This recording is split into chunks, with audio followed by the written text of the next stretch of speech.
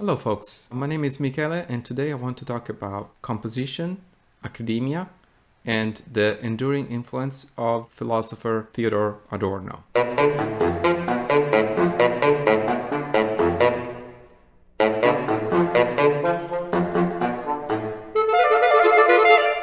Adorno was an adherent of the Frankfurt School of Critical Theory, which is a movement of philosophers that was inspired by the teachings of Karl Marx, and in particular was driven by one of Karl Marx's teachings that the philosopher should not only describe the world, the goal should be changing the world, which is, by the way, the epitaph on Karl Marx's tombstone. He was a composer himself. He actually had studied with Alban Berg.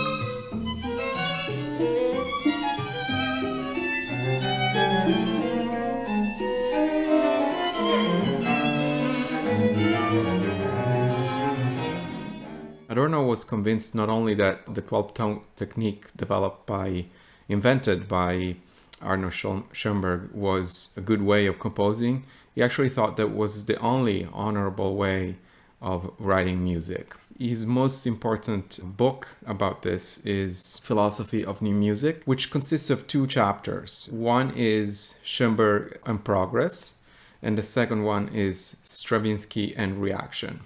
And in this book, it's pretty clear that he is taking the side of Schoenberg as the one who's charting the future for contemporary composers. Adorno says that music should not ornate, but it should be true.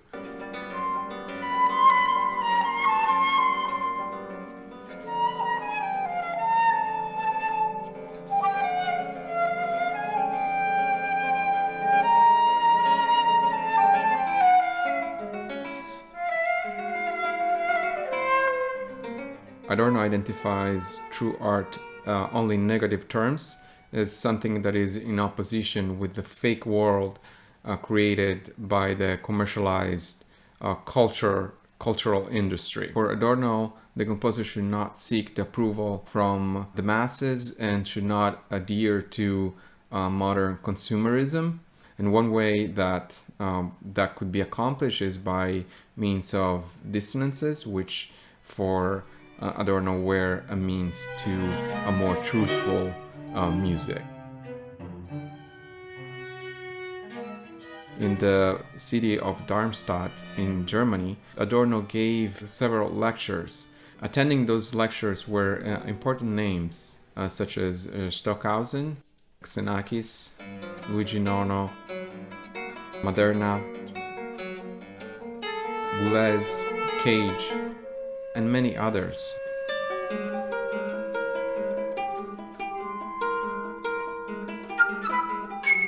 Adorno's lectures at Darmstadt were a seminal moment in contemporary music, since they influenced young generations of composers who went on to become very influential in contemporary music in general and in academia in particular.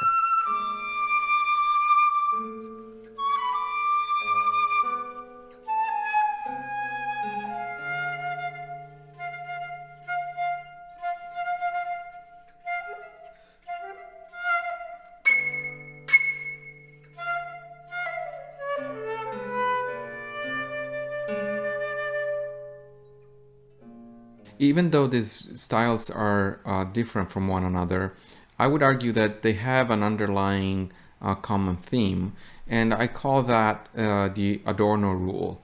And the Adorno Rule is a sort of an adversarial relationship between the composer and the audience, where the composer wants to challenge the audience, wants to almost make the audience feel uncomfortable by depriving music of many of the elements that music is traditionally conceived as. And I would argue that this rule, the Adorno Rule, is not only present in academia, but is actually a prerequisite to have a successful career in it. I don't have anything against creating a space that it's freed of the market pressure and allows for free experimentation. I do think that academia is the right place to do that. What I do criticize that this is actually become a rule. It's not allowed for composers to use any of the features of music that are perceived as traditional. Because of this stark chasm between academic composition and the general public, in 2018 there was a really awkward moment where the Pulitzer Prize was awarded to Kendrick Lamar, who is an hip-hop artist. Academic composers saw that prize to be their own territory, where people that were considered for that prize were supposed to be following the Adorno Rule, meaning music that it's not supposed to be palatable for the general audience. But instead, the prize was awarded to Kendrick Lamar and caused a lot of composers to protest the decision, as it was violating their territory pretty much. In a way, I think the awkwardness is created because the space that Adorno defined as the proper space for contemporary composer is a negative one. So it's pretty much the flip side of commercial music. It's also limited to a certain space. It's not allowed to go in all sorts of directions, and it's defined by commercial music in negative. So I think that's a problem.